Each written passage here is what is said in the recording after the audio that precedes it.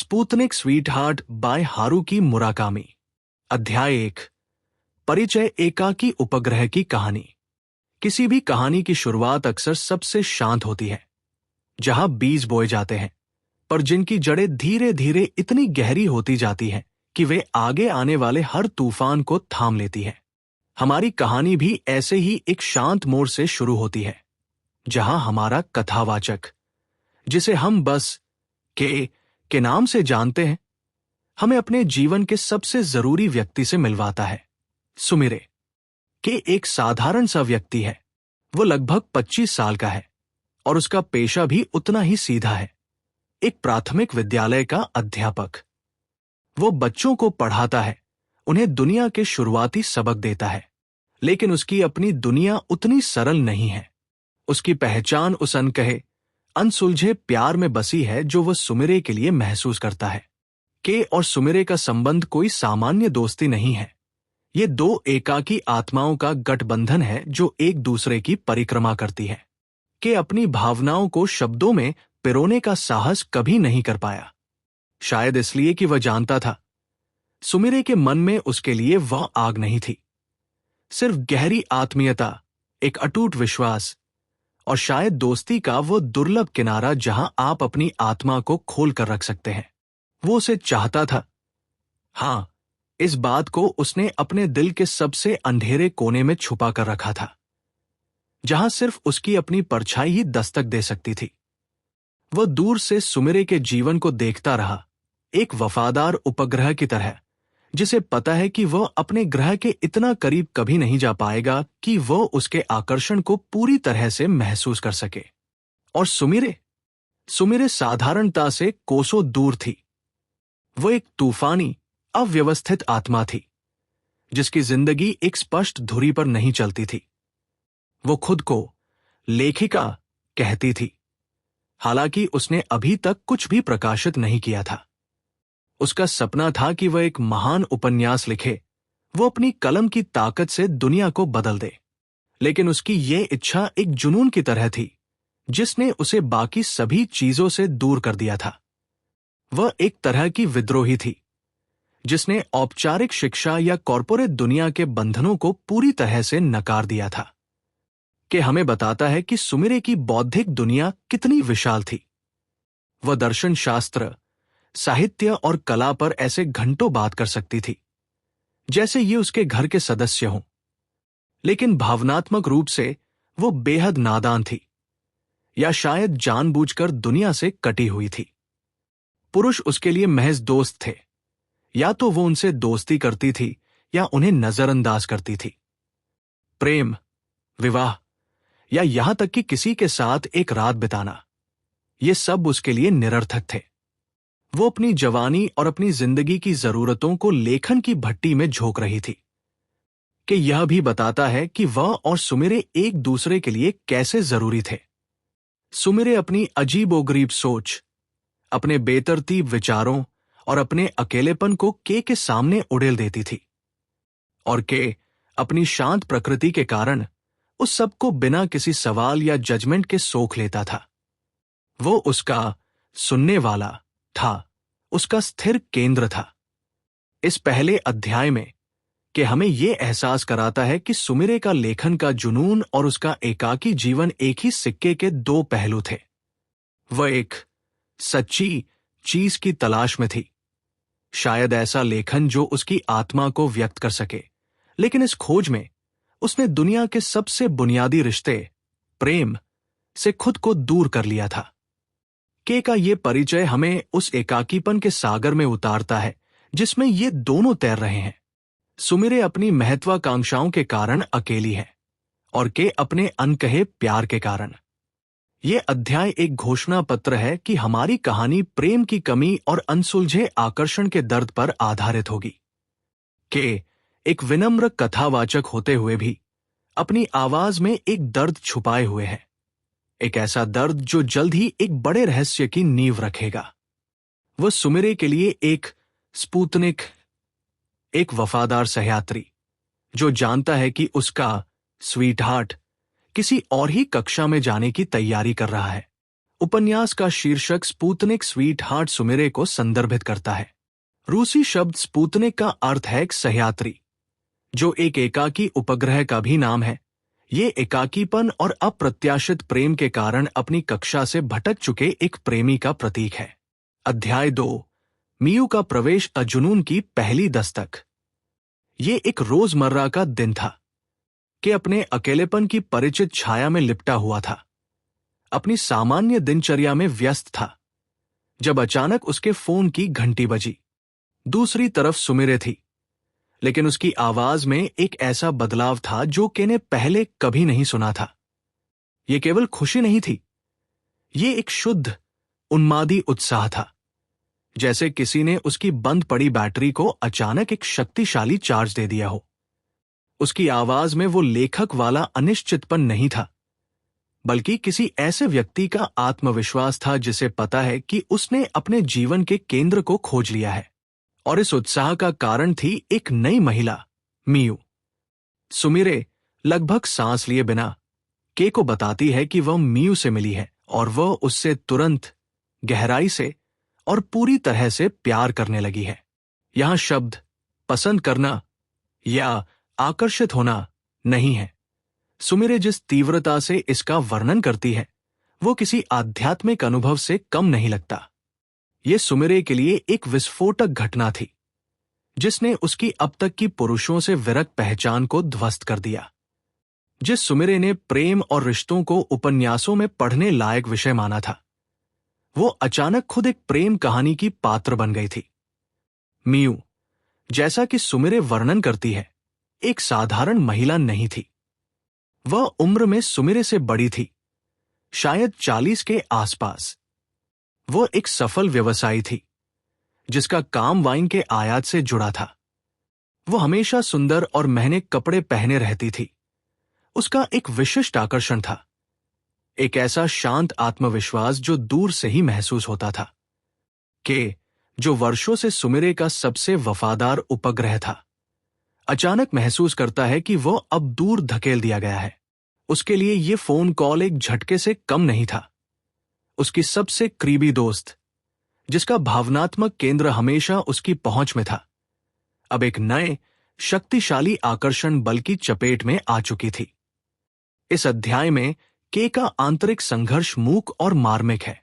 वह सुमिरे के लिए अपनी खुशी दिखाने की पूरी कोशिश करता है, क्योंकि वह वास्तव में उसे इतना उत्साहित देखकर प्रसन्न है। लेकिन उस खुशी के नीचे एक गहरी टीस है। वो वर्षों से सुमिरे का सहारा बना रहा, उसकी सारी सनक और उदासी को सहता रहा। लेकिन एक तीसरी व्यक्ति, मियू, एक मुलाकात में वो सब हासिल कर लेती है जिसके लिए के तरसता रहा था। सुमिरे का जुनून। सुमिरे मियू के बारे में घंटों बात करती है। उसके हाथों के इशारों, उसकी मुस्कान, उसके शांत स्वयं भाव और उसके व्यवसाय की सफलता का बखान करती है। वो यह भी कबूल करती है कि उसने पहली बार किसी के लिए ऐसी शारीरिक इच्छा महसूस की है। ये नया प्रेम सुमिरे के लिए एक नए तरह की सच्चाई को खोलता है, जिसके बारे में उसे पता ही नहीं था कि वह मौजूद है। उसका लेखन, जो अब तक उसका जीवन था, अब फीका पड़ने लगता है। ये अध्याय एक निर्णायक मोड़ है।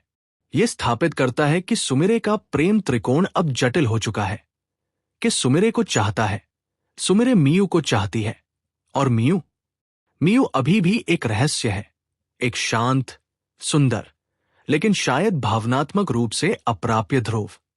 के लिए यह एहसास किसी दुखद कविता से कम नहीं है। वो अपनी स्वीट हार्ट के भावनात्मक प्रक्षेपण को देख रहा है। मियू का प्रवेश कहानी में रहस्य और अनसुलझे जुनून की चाबी लाता है, और ये वादा करता है कि अब के का जीवन केवल दूर से देखने का नहीं, बल्कि जल्द ही सक्रिय रूप से शामिल होने का होने वाला है। अध्याय 3, नई नौकरी, नए ग्रह की ओर पलायन। सुमिरे के जीवन में मियू का प्रवेश किसी छोटे मोटे झटके से कम नहीं था। ये एक भूकंप था जिसने उसकी वर्षों पुरानी भावनात्मक और व्यावसायिक संरचनाओं को हिला दिया था। सुमिरे एक लेखिका थी, या कम से कम खुद को ऐसा मानती थी। लेखन उसका जुनून था, उसका एकमात्र उद्देश्य। लेकिन जुनून जब किसी दूसरे जुनून से टकराता है तो अक्सर पहला वाला चकनाचूर हो जाता है। मियू के प्रति सुमिरे का प्रेम इतना शक्तिशाली और सब कुछ निगलने वाला था कि उसने सुमिरे की रचनात्मक ऊर्जा को पूरी तरह से सोख लिया। वो अब लिखने में पूरी तरह असमर्थ थी।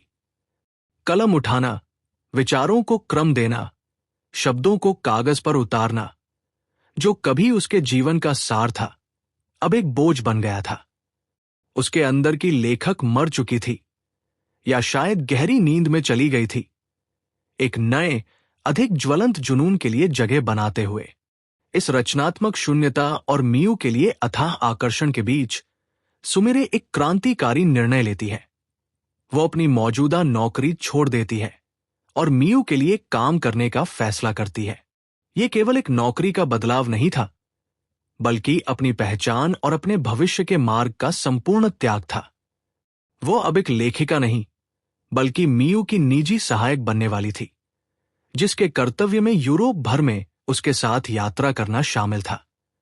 के हमारा शांत कथावाचक इस निर्णय को अविश्वास और गहरे दर्द के साथ सुनता है। उसके लिए यह सुमिरे का अपने कक्षा से और दूर चले जाना था। सुमिरे ने हमेशा सामान्य जीवन को तिरस्कृत किया था। अब वो एक सफल व्यवसायी की छाया में जीवन बिताने जा रही थी। लेकिन यह सब मियू के लिए था, और इसीलिए यह सुमिरे के लिए सामान्य नहीं था, बल्कि एक जुनून की यात्रा थी। के और सुमिरे इस बारे में बात करते हैं, और के का आंतरिक द्वंद्व खुलकर सामने आता है। वह सुमिरे के इस नाटकीय बदलाव पर सवाल उठाता है। क्या वह सचमुच इतनी आसानी से अपने लेखक होने के सपने को छोड़ सकती है? क्या यह पलायन केवल मियू के करीब रहने का बहाना नहीं है? सुमिरे जवाब देती है, अपनी चिरपरिचित अस्पष्टता और ईमानदारी के साथ, कि जब जुनून बोलता है तो तर्क चुप हो जाता है। उसे लगता है कि मियू के आसपास रहना, उसके साथ यात्रा करना, उसके जीवन का हिस्सा बनना, यही उसका नया तात्कालिक सत्य है।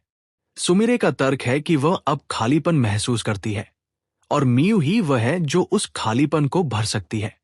कि अपनी भावनाओं को दबाता है, वो अकेलापन जो उसे महसूस होता है कि उसकी स्वीट हार्ट किसी और के आकर्षण से दूर खींची जा रही है। वह जानता है कि इस यात्रा का मतलब है कि वह अब सुमिरे को रोजाना नहीं देख पाएगा, उसके साथ फोन पर बेतरतीब बातें नहीं कर पाएगा। उनका करीबी लेकिन भावनात्मक रूप से एक तरफा संबंध अब भौगोलिक दूरी के कारण और भी अधिक दूर हो जाएगा। यह अध्याय एक महत्वपूर्ण मोड़ को चिन्हित करता है, सुमिरे का प्रतीकात्मक प्रस्थान। वो अब केवल भावनात्मक रूप से के से दूर नहीं जा रही, बल्कि सचमुच एक अलग महाद्वीप की ओर उड़ान भरने की तैयारी कर रही है। ये नौकरी, ये यात्रा, ये मियू के आकर्षण बल में उसका पूर्ण आत्मसमर्पण है। सुमिरे ने अपने स्पुतनिक को एक नई और अज्ञात कक्षा में प्रक्षेपित करने का निर्णय ले लिया है, और अब के को बस धरती पर खड़े होकर एक छोटे से चमकते बिंदु को अंधेरे में गायब होते देखना है। अध्याय 4, प्रस्थान अलविदा कहने से पहले का द्वंद्व। हर कहानी में एक फेयरवेल सीन होता है, जो आने वाले समय के लिए एक भावनात्मक कसौटी बन जाता है। के और सुमिरे की ये मुलाकात उसी कसौटी पर खरी उतरती है। वे शायद किसी कॉफी शॉप में मिलते हैं, या शायद के छोटे से अपार्टमेंट में, और माहौल में उदासी और बेचैनी की एक अजीब सी परत बिछी हुई है। के हमेशा की तरह बाहरी तौर पर शांत और स्थिर रहने की कोशिश करता है, लेकिन उसके भीतर का स्पुतनिक वियोग के विचार से कांप रहा होता है। सुमिरे दूसरी तरफ अत्यधिक उथल पुथल में है। उसने अपनी जिंदगी का सबसे बड़ा फैसला लिया है, लेकिन यह फैसला उसे पूरी तरह से शांति नहीं दे रहा। प्रस्थान की पूर्व संध्या पर उसकी भ्रमित पहचान और मियू के लिए उसकी तीव्र, सब कुछ लील लेने वाली इच्छा खुलकर सामने आती है। सुमिरे के से बात करती है, लेकिन यह बातचीत सामान्य विदाई जैसी नहीं होती। ये एक तरह का भावनात्मक आत्मसमर्पण है। वह के सामने अपनी आत्मा के टुकड़े बिखेर देती है। वह कबूल करती है कि उसे नहीं पता कि वह कौन है। लेखक होने का उसका सपना अब एक मरी हुई चीज जैसा लगता है, और उसे डर है कि वह कुछ नहीं है। वह कहती है कि मियू के साथ जुड़कर वो किसी तरह खुद को परिभाषित करने की कोशिश कर रही है। शायद मियू की शक्ति और सफलता की छाया में वो अपनी खोई हुई पहचान को फिर से खोज पाएगी। वो मियू के प्रति अपनी तीव्र इच्छा के बारे में खुलकर बोलती है। सुमिरे का ये प्रेम शुद्ध जुनून है, जिसकी प्रकृति लगभग आध्यात्मिक है। ये केवल शारीरिक आकर्षण से कहीं ज्यादा है। ये एक पूर्णता की तलाश है। सुमिरे अपनी भावनाओं को नियंत्रित करने में अपनी असमर्थता को स्वीकार करती है। जैसे कोई ज्वार भाटे को रोक नहीं सकता, वैसे ही वह मियू के आकर्षण को नकार नहीं सकती। ये इच्छा उसके अंदर इतनी नई और इतनी प्रबल है कि इसने उसके पूरे अस्तित्व को बदल दिया है। वो कैसे पूछती है, क्या ये सामान्य है? क्या ये प्रेम है? के जो सालों से सुमिरे को चुपचाप और एकतरफा प्यार करता रहा है, इस स्वीकारोक्ति को सुनकर दोहरी पीड़ा से गुजरता है। एक तरफ वह सुमिरे के लिए खुशी महसूस करना चाहता है कि उसे जीवन में पहली बार किसी चीज से इतनी गहराई से लगाव हुआ है। दूसरी तरफ उसे ये एहसास होता है कि वो हमेशा के लिए सुमिरे के भावनात्मक जीवन के केंद्र से बाहर हो चुका है। उसका प्रेम अप्राप्य था, अब वो अप्राप्य प्रेम दूर भी जा रहा था। इस अध्याय की सबसे मार्मिक बात यह है कि सुमिरे अपनी सारी अनिश्चितता और भ्रम के को सौंप देती है, क्योंकि वह जानती है कि के ही एकमात्र व्यक्ति है जो उसे बिना जज किए, बिना कुछ मांगे सुनेगा। के अपनी नियति के प्रति चुपचाप समर्पित सुमिरे के प्रस्थान को स्वीकार करता है। वह जानता है कि वह उसे रोक नहीं सकता। सुमिरे का प्रस्थान एक आवश्यक घटना है, ठीक वैसे ही जैसे एक शिशु का जन्म या एक पत्ती का पेड़ से गिरना आवश्यक है। के को अब इंतजार करना है, अपनी दुनिया में अकेले रहना है, जबकि उसकी स्वीटहार्ट अपने नए अज्ञात सफर पर निकल रही है। अध्याय 5, पत्राचार, दूरिया और एकाकीपन का संवाद। सुमिरे अपनी यात्रा पर निकल चुकी है। उसका नया ग्रह मियू है और उसका पथ यूरोप के अनजाने शहरों से होकर गुजरता है। ये अध्याय दूरी और समय के फैलाव को दिखाता है और के जीवन की एकरसता को सुमिरे के रंगीन लेकिन दूर के अनुभव के साथ संतुलित करता है। के लिए सुमिरे का जाना एक शून्य छोड़ गया है। उसकी जिंदगी फिर से प्राथमिक विद्यालय के बच्चों को पढ़ाने, एकाकी रातों और अकेले खाना खाने की परिचित लय में वापस आ गई है।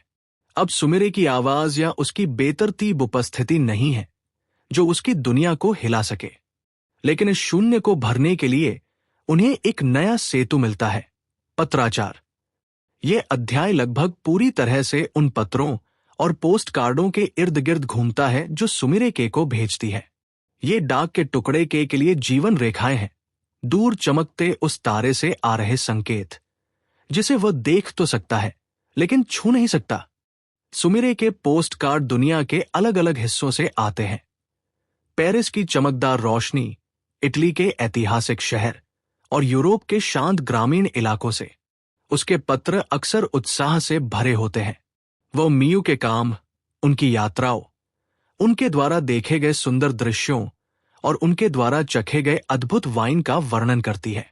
एक बाहरी दर्शक के रूप में सुमिरे खुश लगती है। वो आजाद है, वो घूम रही है और वो उस महिला के करीब है जिसे वो प्यार करती है। उसकी जिंदगी में वो हलचल है जिसकी उसे हमेशा तलाश थी। लेकिन के एक अनुभवी दोस्त और एकतरफा प्रेमी होने के नाते पत्रों के सतही शब्दों के पीछे की गहरी भावनाओं को पढ़ता है। वह देखता है कि सुमिरे का ये उत्साह पूरी तरह से मियू के लिए उसकी गहरी भावनाओं में व्यस्त है। हर वाक्य, हर वर्णन अंततः मियू पर ही आकर समाप्त होता है। सुमिरे अपनी यात्रा के अनुभवों को मियू के व्यक्तित्व के लेंस से देखती है। ऐसा लगता है जैसे उसकी नई दुनिया का हर रंग केवल मियू की उपस्थिति से आता है। सुमिरे पत्रों में मियू के बारे में कम ही जानकारी देती है, लेकिन जो बताती है उससे के को ये समझने में देर नहीं लगती कि मियू एक शांत, नियंत्रित और शायद भावनात्मक रूप से आरक्षित महिला है। सुमिरे का प्रेम एक तरफा तीव्र लपट है, जबकि मियू का व्यक्तित्व एक ठंडी, सुंदर मूर्ति जैसा है। सुमिरे अपनी अंतरंगता और जुनून को पत्रों में उड़ेलती है, लेकिन वह ये भी स्वीकार करती है कि मियू के साथ संबंध वैसा नहीं है जैसा वह चाहती है। यह ज्यादातर व्यावसायिक और शांत है। के भी सुमिरे को जवाब देता है। उसके पत्र सरल, स्थिर और संयमित होते हैं। वो अपनी रोजमर्रा की जिंदगी के बारे में लिखता है, स्कूल के बच्चों के बारे में, टोक्यो की सामान्य घटनाओं के बारे में। यह सब सुमिरे की तूफानी यात्रा के विपरीत एक स्थिर पृष्ठभूमि प्रदान करता है। के पत्र सुमिरे के लिए एक एंकर का काम करते हैं, एक शांत, परिचित आवाज जो उसे याद दिलाती है कि जापान में कोई है जो बिना किसी शर्त के उसका इंतजार कर रहा है। दूरी के बावजूद उनकी मित्रता का बंधन मजबूत रहता है, लेकिन साथ ही ये इस त्रासदी को भी गहरा करता है कि सुमिरे का नया जुनून उसे भावनात्मक रूप से के से और दूर ले गया है। कि अब केवल सुमिरे के जीवन का दर्शक ही नहीं, बल्कि उसके सपनों और इच्छाओं का डाकिया बन गया है, जो उसकी यात्रा का विवरण प्राप्त करता है, लेकिन उस यात्रा का भागीदार कभी नहीं हो सकता। यह पत्राचार इस बात का प्रमाण है कि भले ही वे मीलों दूर हो, उनका भावनात्मक जुड़ाव बना हुआ है, भले ही वह कितना भी दर्दनाक क्यों न हो। अध्याय 6। मियू की उपस्थिति, उस आकर्षण का रहस्य। वह महिला जिसके आकर्षण ने सुमिरे को अपनी धुरी से हटा दिया, मियू, अचानक टोक्यो लौट आती है। यह वो क्षण है जब के को उस रहस्यमय बल का सामना करना पड़ता है जिसने उसके जीवन के सबसे प्रिय व्यक्ति को खींच लिया है। मियू एक संक्षिप्त व्यावसायिक यात्रा के लिए यूरोप से अकेली टोक्यो लौटती है। सुमिरे उसके साथ नहीं है। वह अपनी व्यावसायिक जिम्मेदारियों के कारण यात्रा जारी रखती है। ये के लिए मियू से मिलने का पहला वास्तविक मौका है। हालांकि के ने सुमिरे के पत्रों और कहानियों के माध्यम से मियू की एक छवि अपने मन में बना ली थी, लेकिन हकीकत हमेशा कल्पना से ज्यादा जटिल होती है। जब के और मियू मिलते हैं तो के तुरंत उसकी ओर से प्रवाहित होने वाली शांत, सुंदरता और आत्मविश्वास को महसूस करता है। मियू की उम्र 40 के करीब है, लेकिन वह अविश्वसनीय रूप से अच्छी तरह से संवरी हुई, सुरुचिपूर्ण और पेशेवर है। उसके कपड़े, उसके बाल, यहां तक कि उसकी बात करने का तरीका भी, सब कुछ एक उच्च स्तर की नियंत्रण और परिष्करण को दर्शाता है। वो एक ऐसी महिला है जिसने दुनिया को देखा है, उस पर विजय प्राप्त की है और अब भी बहुत कुछ हासिल करने की ताकत रखती है। के, जो एक सामान्य स्कूली शिक्षक है और भावनात्मक रूप से थोड़ा अस्त व्यस्त रहता है, मियू की उपस्थिति में थोड़ा असहज महसूस करता है। वह मियू को बहुत ध्यान से देखता है, मानो सुमिरे के जुनून के कारण को डिकोड करने की कोशिश कर रहा हो। वो समझने की कोशिश करता है कि इस महिला में ऐसा क्या है जिसने सुमिरे को अपने जीवन की दिशा बदलने के लिए मजबूर कर दिया। मियू और के की बातचीत काफी हद तक औपचारिक रहती है। मियू सुमिरे की यात्रा के बारे में बात करती है, लेकिन उसके लहजे में एक व्यावसायिक दूरी है। वो सुमिरे के काम की तारीफ करती है, उसकी प्रतिभा की सराहना करती है, लेकिन के को जल्द ही एहसास हो जाता है कि मियू के पास सुमिरे के प्रति वो भावनात्मक गहराई या जुनून नहीं है जो सुमिरे उसके लिए महसूस करती है। यहीं पर के उस विरोधाभास को महसूस करता है जो इस कहानी का मूल है।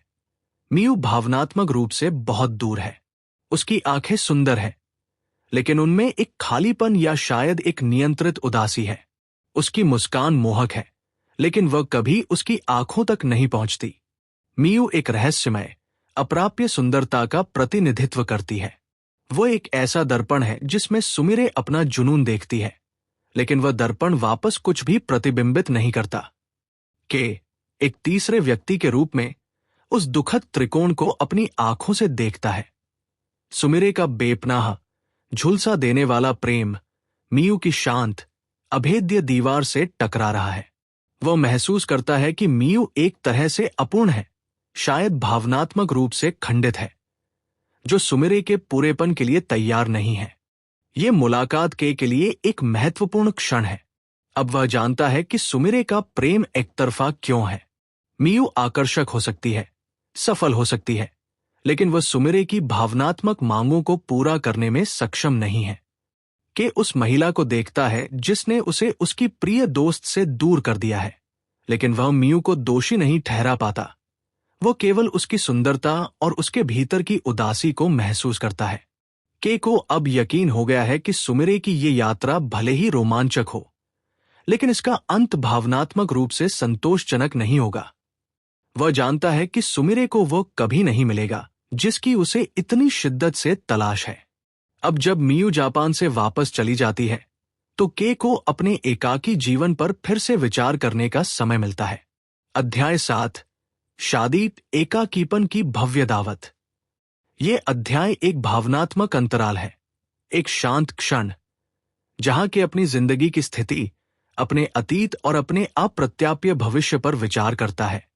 और ये सब एक ऐसे समारोह की पृष्ठभूमि में होता है जहां प्रेम को जीतते हुए दिखाया जाता है। एक शादी के एक परिचित की शादी में शामिल होने जाता है। एक शादी का समारोह अपने पूरे धूमधाम, वादों और सामूहिक खुशी के साथ के जैसे व्यक्ति के लिए एक विरोधाभासी और मार्मिक अनुभव होता है। हर जगह लोगों का जोड़ा बनना, भविष्य के प्रति आशा और सामाजिक स्वीकृति का उत्सव होता है। और इन सब के बीच के खड़ा है, अकेला, अपने एकाकीपन की पोशाक पहने हुए। इस शादी में के अपनी एक पूर्व प्रेमिका को देखता है। ये कोई बड़ा नाटकीय पुनर्मिलन नहीं है, बल्कि एक क्षणिक अवलोकन है।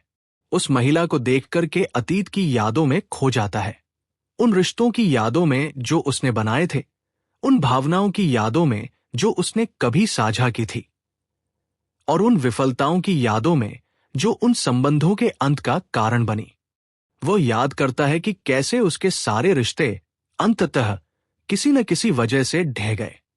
के अपने और उस पूर्व प्रेमिका के बीच की दूरी को देखता है, भौतिक दूरी नहीं, बल्कि वह भावनात्मक दूरी जो समय और अलग अलग रास्तों ने उनके बीच बना दी है। वो महसूस करता है कि उसके जीवन में वो हमेशा एक बाहरी व्यक्ति रहा है, जो अंदरूनी तौर पर कभी किसी रिश्ते में पूरी तरह से खुद को समर्पित नहीं कर पाया। शायद सुमिरे के लिए उसका एकतरफा प्यार ही उसे ऐसा करने से रोकता रहा है, या शायद ये उसका स्वयं भाव ही है, हमेशा एक सुरक्षित भावनात्मक दूरी बनाए रखना। वो शादी की दावत में शामिल होता है, वो लोगों से बात करता है, वो मुस्कुराता है, लेकिन उसके भीतर का सच उसे खाए जा रहा है। वह इस बात पर विचार करता है कि क्यों उसकी जिंदगी में कोई भी रिश्ता स्थायी नहीं हो पाया। क्या वह भावनात्मक रूप से उतना ही दूर है जितना मियू? या क्या सुमिरे के लिए उसका अटूट लेकिन गुप्त प्रेम ही उसे बाकी दुनिया से अलग करता है? वह देखता है कि कैसे लोग जोड़े में रहते हैं, एक दूसरे के साथ जुड़ते हैं और एक साझा भविष्य का निर्माण करते हैं। और इस दृश्य के सामने उसका अपना जीवन एक खाली कैनवस जैसा लगता है। उसका जीवन स्थिर है, वो सुरक्षित है, लेकिन उसमें वो हलचल, वो जुनून और वह जुड़ाव नहीं है जिसकी उसे तलाश है। इस चिंतन का अंतिम निष्कर्ष के उस गहरे एहसास में निहित है कि वह सुमिरे के एकाकीपन के साथ एक अजीब संबंध साझा करता है, भले ही उनके एकाकीपन का कारण अलग हो। सुमिरे ने अपनी पहचान और प्यार की तलाश में दुनिया छोड़ दी। के ने अपने एकतरफा प्यार के कारण खुद को दुनिया से दूर कर लिया। अध्याय 8, संकट का फोन, अंधेरे की दस्तक। एक रोजमर्रा की रात के को देर से एक फोन आता है। फोन की घंटी सामान्य से ज्यादा कर्कश लगती है, जैसे वह केवल के घर पर नहीं, बल्कि उसकी अंतरात्मा के दरवाजे पर दस्तक दे रही हो। फोन करने वाली कोई और नहीं बल्कि मियू है, लेकिन ये वो शांत, नियंत्रित, सुंदर मियू नहीं है जिससे के पहले मिला था। मियू की आवाज इस बार व्याकुलता और लगभग भय से भरी हुई है। ये किसी सफल व्यवसायी की आवाज नहीं है, ये एक टूटी हुई, घबराई हुई महिला की आवाज है जो किसी ऐसी चीज का सामना कर रही है जिसे वो समझ नहीं पा रही। मियू बताती है कि वो और सुमिरे एक साथ यात्रा कर रहे थे और अब वे एक दूर दराज के ग्रीक द्वीप पर एक छोटे से होटल में ठहरे हुए हैं। ये द्वीप मुख्य दुनिया से लगभग कटा हुआ है, शांत है और पर्यटकों से भरा नहीं है। एक ऐसा स्थान जो रहस्य के लिए एकदम सही पृष्ठभूमि बनाता है। और फिर वो बम गिराती है। सुमिरे अचानक गायब हो गई है।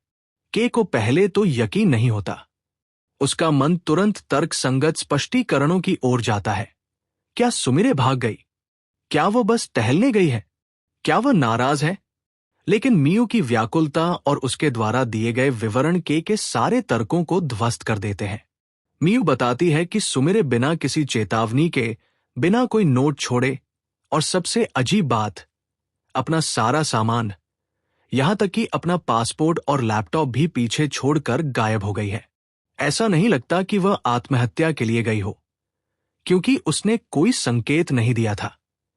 ऐसा भी नहीं लगता कि वह भाग गई हो, क्योंकि वह अपनी पहचान और यात्रा के दस्तावेज पीछे क्यों छोड़ती।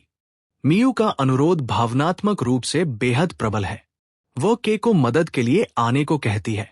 मियू के पास और कोई नहीं है जिस पर वह भरोसा कर सके, और उसने सुमिरे के साथ के गहरे रिश्ते को पहचाना है।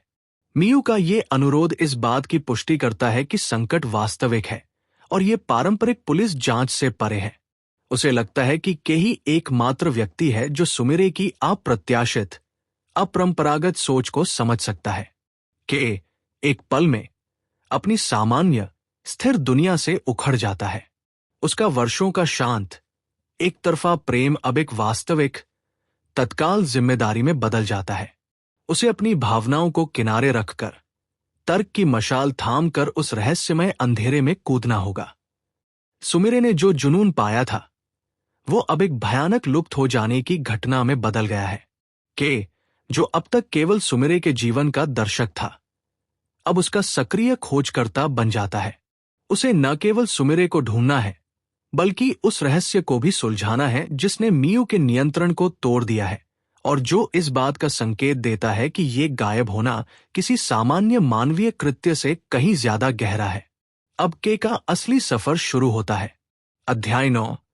ग्रीस में आगमन, रहस्य की धूप और एकांत द्वीप। लंबी और थका देने वाली यात्रा के बाद एक महाद्वीप से दूसरे महाद्वीप तक के आखिरकार उस अज्ञात, दूर दराज के ग्रीक द्वीप पर पहुंचता है जहां सुमिरे गायब हुई है। एक ऐसे क्षेत्र में प्रवेश है जहां रहस्य की छाया लंबी और गहरी होती है। के उस शांत और धूप से भरे द्वीप पर उतरता है। ये जगह सुंदर है, भूमध्य सागरीय शांति और नीले पानी से भरी हुई, लेकिन इस प्राकृतिक सुंदरता के नीचे एक भयावह अनुपस्थिति का एहसास है। द्वीप की शांति केवल उस अनसुलझे रहस्य के विपरीत है जो यहां व्याप्त है। होटल में के मियू से मिलता है। अब वह केवल एक दूर की आकर्षक व्यवसायी नहीं है, वह एक सहयोगी है जो डर और अनिश्चितता में है। के पहली बार मियू को उसकी नियंत्रित सुंदरता के आवरण से बाहर कमजोर स्थिति में देखता है। मियू के का मार्गदर्शन करती है, लेकिन उसकी आंखें उस दर्द और अनिद्रा को दर्शाती हैं जिससे वो गुजर रही है। वे दोनों एक साझा लक्ष्य के लिए एकजुट हैं, सुमिरे को खोजना। के तुरंत बिना समय गवाए अपना काम शुरू कर देता है। वह किसी भावनात्मक पर्यटक की तरह व्यवहार नहीं करता, वो एक जासूस की तरह व्यवहार करता है। अपने तर्क और अवलोकन की शक्ति का उपयोग करता है। उसका पहला काम उस कमरे की जांच करना होता है जहां सुमिरे ठहरी हुई थी। कमरे की जांच के लिए एक महत्वपूर्ण क्षण है। वो हर विवरण को स्कैन करता है, सुमिरे के जीवन के अंतिम पलों को समझने की कोशिश करता है। सब कुछ व्यवस्थित है, बहुत ज्यादा अव्यवस्थित नहीं। उसका सारा सामान मौजूद है, कपड़े, किताबें और सबसे जरूरी उसका पासपोर्ट और लैपटॉप। के इस बात पर जोर देता है, कोई भी व्यक्ति जो भागने का इरादा रखता हो, वो अपने पहचान पत्र और अपनी रचनात्मक अभिव्यक्ति का सबसे महत्वपूर्ण साधन लैपटॉप पीछे नहीं छोड़ता। यह एक स्पष्ट संकेत है कि सुमिरे ने भागने का इरादा नहीं किया था। इससे यह स्थापित हो गया कि सुमिरे का गायब होना न तो आत्महत्या है और न ही भागने का साधारण मामला। इसके बाद के मियू से सवाल पूछना शुरू करता है। वो मियू से पूछता है कि सुमिरे कब गायब हुई, उसने क्या पहना था, और क्या उसने कोई अजीब बात कही थी या कोई अजीब व्यवहार किया था। के की पूछताछ शांत लेकिन लगातार होती है। वो मियू से रात के विवरण के बारे में पूछता है और मियू संक्षेप में बताती है कि वह सो रही थी और जब जागी तो सुमिरे जा चुकी थी। बस इतना ही। मियू के जवाब नियंत्रित होते हैं, लेकिन के उसकी आंखों में एक अनकहा सत्य या शायद एक अस्पष्ट भ्रम देखता है कि यह भी महसूस करता है कि सुमिरे का लैपटॉप और डायरी यहां है। वह जानता है कि सुमिरे की भावनाएं और विचार अक्सर उसके लेखन में समाये रहते थे। लैपटॉप की उपस्थिति एक महत्वपूर्ण रहस्य छोड़ती है। क्या सुमिरे ने अंतिम क्षणों में कुछ लिखा था? के का आगमन कहानी को एक यथार्थवादी खोज से एक अधिक दार्शनिक और आध्यात्मिक खोज की ओर ले जाने की शुरुआत है। के अब केवल सुमिरे का प्रेमी नहीं है, वो उसका विश्लेषक है, जो उसके गायब होने के पीछे के तर्क को ढूंढने की कोशिश कर रहा है। लेकिन इस द्वीप पर, जहां हर चीज शांत है, के को जल्द ही एहसास होगा कि सुमिरे का गायब होना उन सीमाओं को पार कर चुका है जिन्हें उसका साधारण दिमाग समझ सकता है। वह जानता है कि इस द्वीप की धूप के नीचे कोई बहुत गहरा अंधेरा छुपा हुआ है। अध्याय 10। लापता व्यक्ति लैपटॉप में दबा रहस्य। के अपनी जांच जारी रखता है, लेकिन उसे जल्द ही निराशा होती है। वो होटल स्टाफ और स्थानीय पुलिस से बात करता है। होटल स्टाफ के पास देने के लिए कोई विशेष जानकारी नहीं है। सुमिरे एक शांत मेहमान थी, जिसे पिछली रात सामान्य रूप से देखा गया था। पुलिस भी इस मामले को एक लापता व्यक्ति के रूप में देखती है, संभवतः भागने या डूबने के एक और मामले के रूप में, और उनके पास रहस्यमय आयामों के लिए कोई धैर्य या उपकरण नहीं है।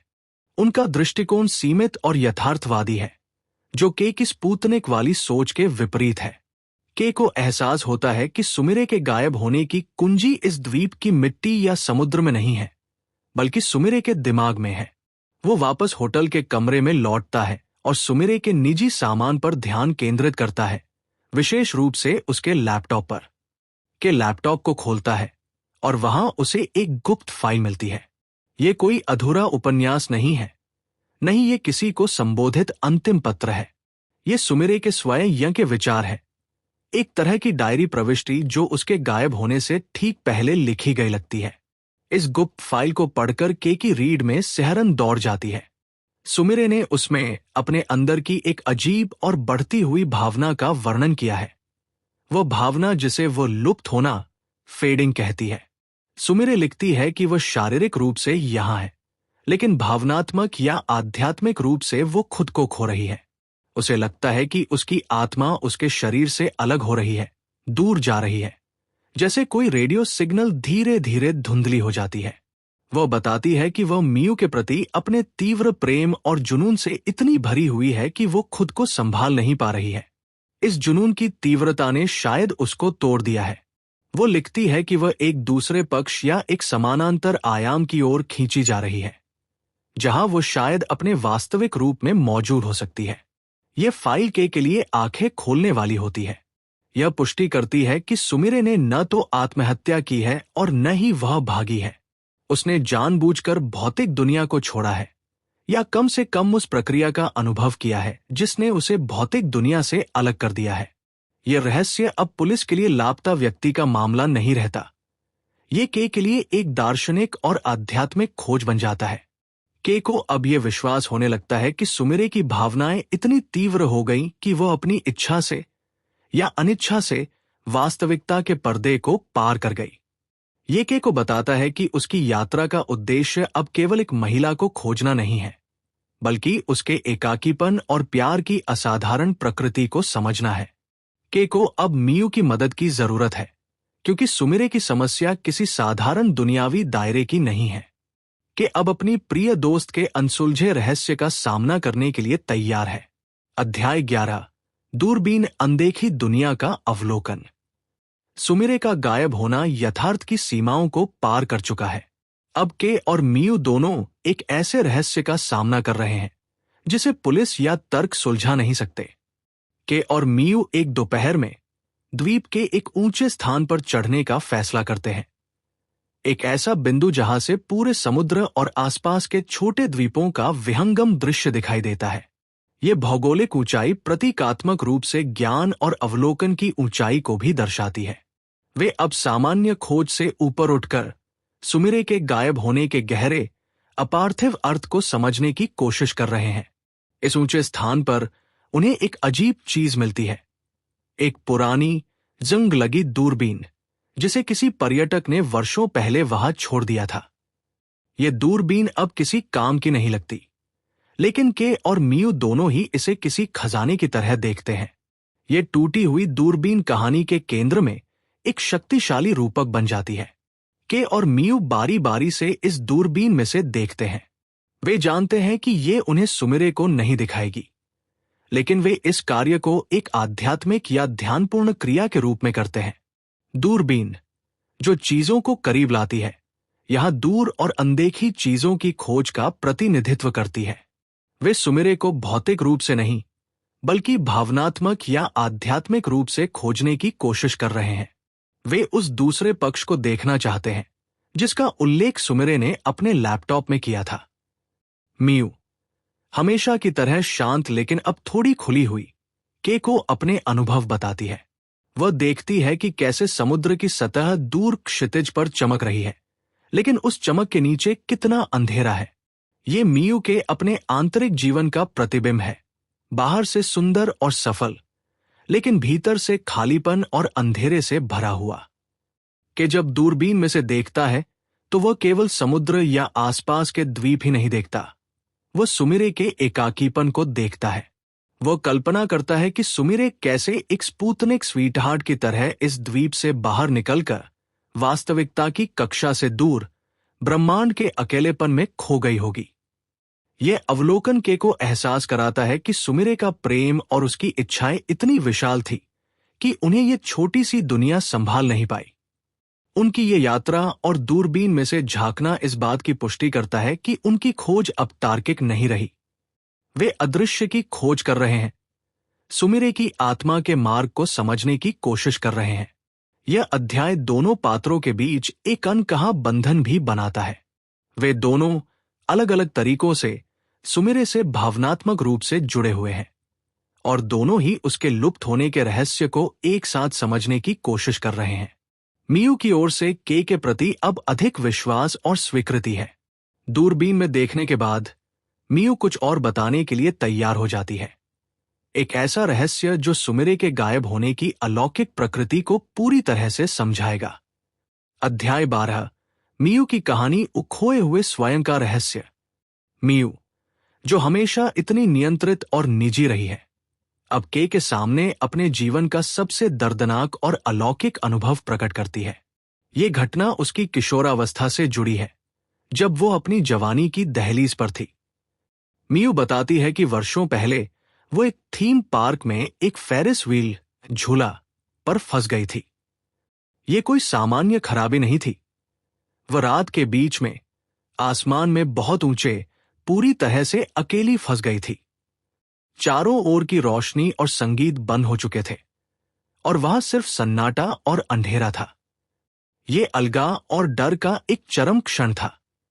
फिर वह बताती है कि उस भयानक एकांत में उसने एक अविश्वसनीय चीज देखी। उसने खुद का एक दूसरा रूप देखा, जैसे कोई डोप्पेलगैंगर उसके सामने खड़ा हो। यह दूसरी मियू बिल्कुल उसके जैसी दिखती थी, लेकिन शायद ज्यादा जीवंत, ज्यादा खुली हुई और खुशी से भरी थी। यह दूसरी मियू भौतिक नहीं थी, लेकिन मियू ने उसे अपनी आत्मा की आंखों से देखा।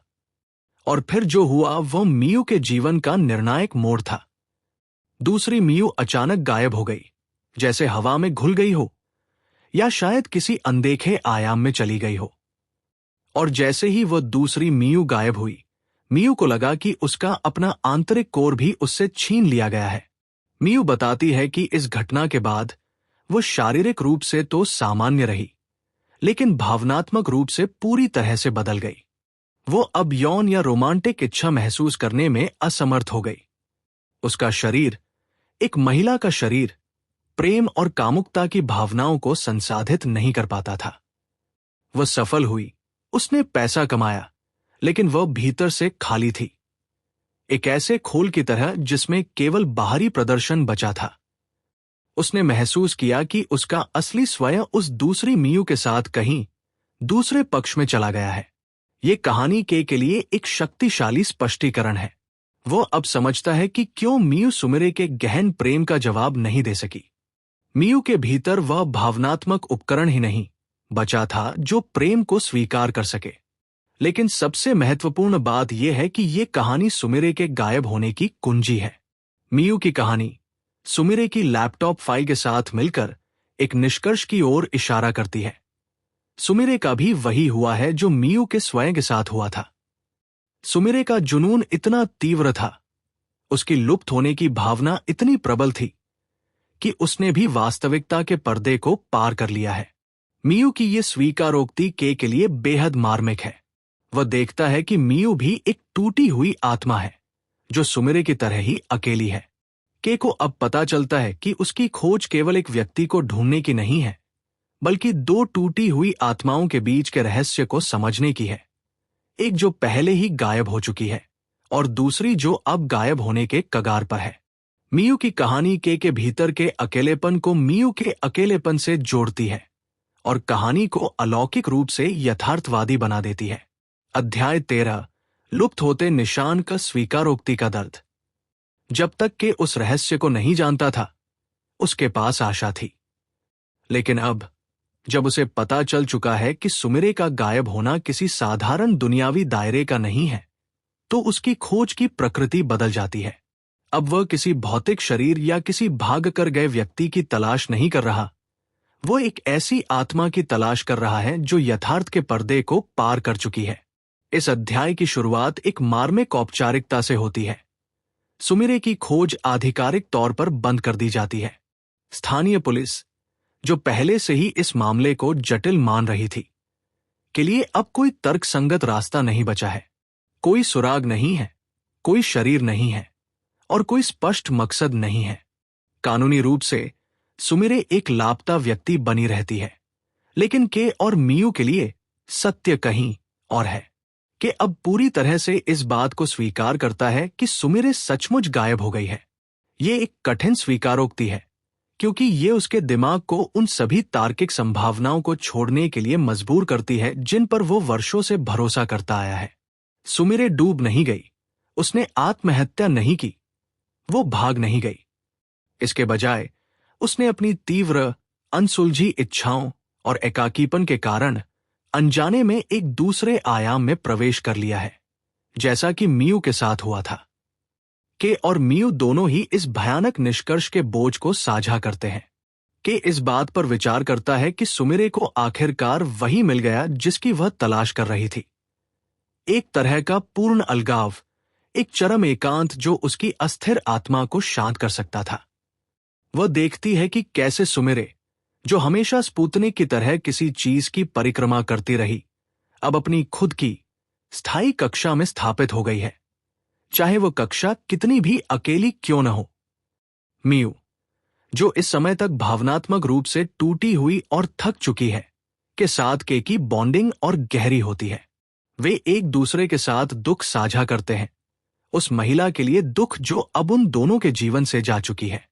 के लिए एक तरह का अंतिम विदाई समारोह है। वो सुमिरे के कमरे में आखिरी बार जाता है, उसकी चीजों को देखता है, उसके लैपटॉप को, उसके कपड़ों को और उन वस्तुओं को केवल लुप्त होते निशान के रूप में स्वीकार करता है, उन निशानों के रूप में जो बताते हैं कि कोई यहां था, लेकिन अब नहीं है। यह स्वीकारोक्ति के चरित्र में एक महत्वपूर्ण बदलाव लाती है। अब उसका एकतरफा प्यार एक रहस्यमय नुकसान में बदल जाता है। वो उस व्यक्ति को खो चुका है जिसे वह सबसे ज्यादा प्यार करता था, लेकिन उसने उसके खोने के कारण को समझ लिया है। प्रेम की अप्राप्यता, एकाकीपन की चरम सीमा। के अब जापान लौटने के लिए तैयार है, लेकिन वह जानता है कि वह उस व्यक्ति के रूप में नहीं लौटेगा जो वह आया था।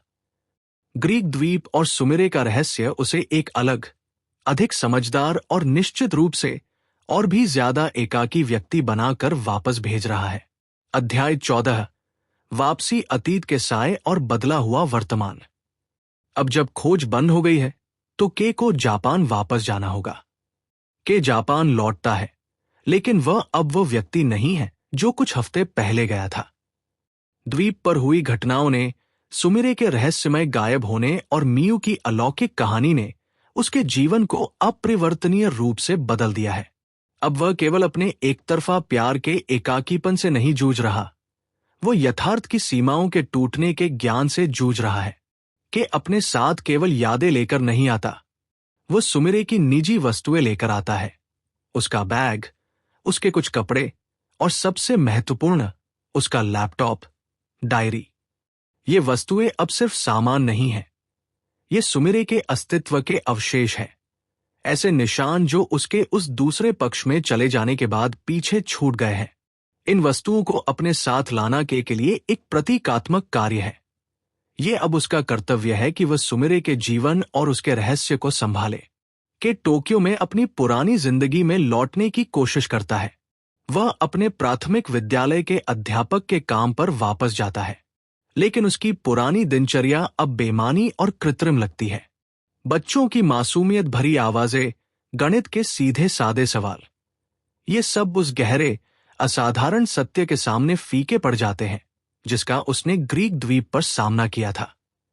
के का मन अभी भी उस धूप से भरे एकाकी द्वीप और मियू के टूटे हुए नियंत्रण वाले चेहरे में फंसा हुआ है।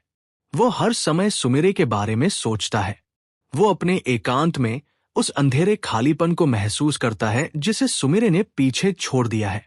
उसका अकेलापन अब पहले से ज्यादा गहरा और ज्यादा सार्थक हो गया है, क्योंकि अब वो अकेलापन केवल के का नहीं है, ये उस रहस्य का भी है जिसे केवल वही जानता है।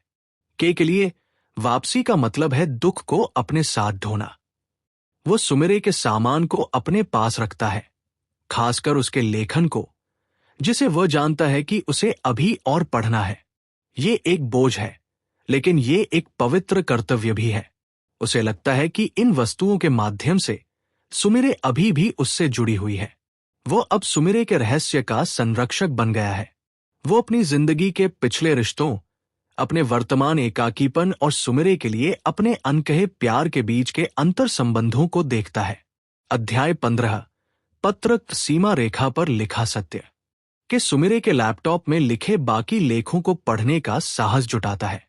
ये वो पत्र नहीं है जो किसी को संबोधित किया गया हो, बल्कि ये उसकी आत्मा का अंतिम विलाप है, उसकी जिंदगी का अंतिम अवलोकन। के उन बचे हुए पन्नों को पढ़ता है और वे किसी और चीज का नहीं, बल्कि मियू के साथ उसके गहन अनुभव का वर्णन करते हैं। सुमिरे लिखती है कि उसके गायब होने से ठीक पहले ग्रीक द्वीप की उस रात एक ऐसी घटना हुई जिसने उसकी इच्छाओं और भावनाओं को एक चरम सीमा तक पहुंचा दिया। सुमिरे बताती है कि मियू के प्रति उसका जुनून इतना प्रबल हो गया था कि उसने मियू के साथ शारीरिक अंतरंगता स्थापित करने की कोशिश की। ये केवल यौन इच्छा नहीं थी, ये एक पूर्ण आध्यात्मिक, शारीरिक मिलन की चाहत थी। एक तरह से मियू के कोर में प्रवेश करके अपने एकाकीपन को समाप्त करने की कोशिश। सुमिरे ने महसूस किया कि मियू के भीतर कुछ खंडित है, जैसा कि मियू ने खुद के को बताया था, और सुमिरे उस खंडन को अपने प्यार से भरना चाहती थी। और फिर उस क्षण में जब वह मियू के करीब पहुंची तो एक अविश्वसनीय घटना घटी। सुमिरे ने मियू को महसूस किया, लेकिन वह मियू की ओर से कोई प्रतिक्रिया महसूस नहीं कर पाई। मियू का शरीर तो वहां था, लेकिन उसकी आत्मा या उसकी भावनात्मक चेतना पूरी तरह से अनुपस्थित थी, उसी तरह जैसे उसके फेरिस व्हील वाली घटना के बाद उसकी दूसरी मियू गायब हो गई थी। सुमिरे उस क्षण का वर्णन करती है जब वह मियू के भावनात्मक खालीपन से टकराई। वो खालीपन इतना विशाल, इतना ठंडा और इतना पूर्ण था कि इसने सुमिरे के अस्तित्व को लगभग नष्ट कर दिया। इस खालीपन का अनुभव करते ही सुमिरे को अचानक खुद का एक दूसरा रूप, एक दूसरा सुमिरे दिखाई दी। ये बिल्कुल मियू की कहानी जैसा ही था। उसने खुद को उस खालीपन के सामने खड़ा देखा और फिर वह दूसरी सुमिरे गायब हो गई। सुमिरे लिखती है कि उसके गायब होने से ठीक पहले उसने महसूस किया कि उसका अपना स्वयं उस खालीपन के कारण अपने शरीर से अलग हो गया है। उसके लिए वो पल मियू के प्यार की चरम सीमा थी, एक क्षणिक जुड़ाव जिसने उसे यथार्थ की सीमा रेखा के पार धकेल दिया। उसका शरीर होटल के कमरे में छूट गया, लेकिन उसका स्वयं उस दूसरे पक्ष में चला गया जहां वो अकेलापन, जुनून और इच्छा से पूरी तरह मुक्त हो सकती थी। यह अंतिम लेख के लिए एक दुखद लेकिन स्पष्ट निष्कर्ष प्रदान करता है। सुमिरे का गायब होना प्यार की विफलता नहीं थी, बल्कि प्यार की जीत थी। ये इतनी शुद्ध और तीव्र थी कि वह भौतिक दुनिया के लिए बहुत ज्यादा थी। वह एकाकी उपग्रह अब अपनी नई कक्षा में स्थापित हो गया था। के सुमिरे के इस अंतिम सत्य को पढ़कर स्तब्ध रह जाता है। अब वो अपने एकतरफा प्यार के रहस्य को पूरी तरह से समझ चुका है। सुमिरे चली गई है, लेकिन उसका ये अंतिम, पत्र के को एक अंतिम सत्य सौंप गया है। प्यार का सबसे शुद्ध रूप भी कभी कभी विनाशकारी हो सकता है, और अकेलापन इतना गहरा हो सकता है कि वह हमें यथार्थ से बाहर धकेल दे। अध्याय 16। फोन कॉल अनिश्चितता की दहलीज। के अपने एकाकी जीवन को फिर से शुरू करने की कोशिश करता है। के टोक्यो में अपने पुराने जीवन की परिचित दिनचर्या में वापस आ चुका है। वह फिर से प्राथमिक विद्यालय के बच्चों को पढ़ाता है।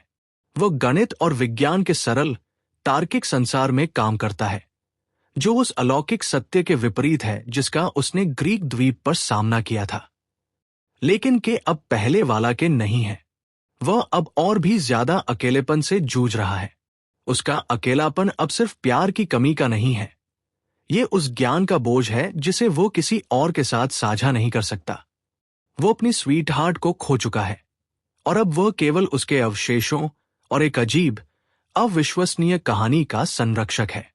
के का जीवन एक शांत झील की तरह है, स्थिर, गहरा, लेकिन सतह के नीचे एक अनसुलझा दुख छुपा हुआ है। वो सुमिरे के लैपटॉप में लिखे अंतिम शब्दों पर विचार करता रहता है, उस दूसरे पक्ष की संभावना पर और मियू के खंडित जीवन पर। उसे लगता है कि वह और सुमिरे दो अलग अलग रास्तों पर चलते हुए हमेशा एक ही एकाकीपन की ओर लौट आते हैं, और फिर अचानक उस एकाकीपन में एक रोशनी की किरण कौंधती है, जो शायद आशा है या शायद सिर्फ एक और भ्रम। देर रात उस एकांत में फोन की घंटी बजती है। इस समय के को फोन आने की कोई उम्मीद नहीं थी। के फोन उठाता है और दूसरी ओर की आवाज अपरिचित और अस्पष्ट है, लेकिन उसमें एक ऐसी प्रतिध्वनि है जो के दिल को चीर देती है। दूसरी ओर की व्यक्ति खुद को सुमिरे बताती है। ये वो क्षण है जो पूरी कहानी को परिभाषित करता है। क्या यह वास्तव में सुमिरे है? क्या वह सचमुच दूसरे पक्ष से वापस आ गई है? आवाज कैसे कहती है कि वह वापस आ गई है, लेकिन वह कहती है कि वह भ्रमित है। वो अपनी पहचान को लेकर अनिश्चित है। वो के से एक मार्मिक अनुरोध करती है कि मैं वापस आ गई हूं, लेकिन तुम्हें मुझे बताना होगा कि मैं कौन हूं। ये अनुरोध केवल सुमिरे के लिए ही नहीं, बल्कि के लिए भी एक परीक्षा है। सुमिरे भौतिक रूप से वापस आ सकती है, लेकिन क्या वह भावनात्मक रूप से वही सुमिरे है? और के, जिसने वर्षों तक सुमिरे के व्यक्तित्व को समझा है, क्या वो उसे उसकी अपनी पहचान वापस दे सकता है? के को अब उस दोस्त को परिभाषित करना है जिसे उसने हमेशा चुपचाप प्यार किया है, लेकिन कभी भी पूरी तरह से नहीं पाया। अंतिम दृश्य में के फोन नीचे रखता है और अपने अपार्टमेंट से बाहर निकलने की तैयारी करता है। कहानी इस बात पर समाप्त होती है कि के क्या पाता है, एक पुनर्जीवित सुमिरे, एक भ्रम, या अपनी ही इच्छाओं का प्रक्षेपण। इस पर कोई निश्चित जवाब नहीं है। क्या के को आखिरकार वो स्वीट हार्ट मिल जाएगी, या वो हमेशा के लिए एक एकाकी स्पुतनिक बना रहेगा, जो दूर जा चुके सिग्नल की तलाश में रात भर भटकता रहेगा? के का अपने अपार्टमेंट से बाहर निकलना ये दर्शाता है कि उसका प्रेम, भले ही अप्राप्य हो, उसे हमेशा कार्य करने और खोजने के लिए प्रेरित करता रहेगा। हमारी यात्रा यहां समाप्त होती है, लेकिन स्पुतनिक स्वीटहार्ट की गूंज लंबे समय तक बनी रहेगी। हारुकी मुराकामी ने हमें के, सुमिरे और मियू के माध्यम से अप्रत्याशित प्रेम के एक गहन और मार्मिक चक्र में ले जाकर छोड़ दिया है। ये कहानी केवल सुमिरे के गायब होने के रहस्य के बारे में नहीं है, बल्कि ये इस बात का प्रमाण है कि एकाकीपन कितना गहरा हो सकता है। हमारे सभी पात्र, के का अनकहा प्रेम, सुमिरे का अतृप्त जुनून और मियू की भावनात्मक शून्यता, एक दूसरे की परिक्रमा करते एकाकी उपग्रह स्पटनिक्स। सुमिरे का गायब होना अंततः प्रेम की विफलता नहीं, बल्कि उसकी अत्यधिक सफलता थी। एक ऐसा जुनून जो भौतिक दुनिया के लिए बहुत विशाल था, जिसने उसे वास्तविकता के पर्दे से परे धकेल दिया। अंतिम फोन कॉल हमें एक अनसुलझी दहलीज पर छोड़ जाता है। के का बाहर निकलना एक आशा है कि शायद प्रेम, भले ही वह कितना भी दर्दनाक और एकतरफा क्यों न हो, हमेशा हमें अंधेरे से बाहर निकलने और अपने स्वीट हार्ट की तलाश जारी रखने के लिए प्रेरित करेगा। याद रखें, मुराकामी की दुनिया में कुछ रहस्य सुलझाने के लिए नहीं होते, बल्कि उन्हें महसूस करने और उनके साथ जीने के लिए होते हैं। यदि आपको ये सारांश पसंद आया हो, तो कृपया वीडियो को लाइक करें और चैनल को सब्सक्राइब करें।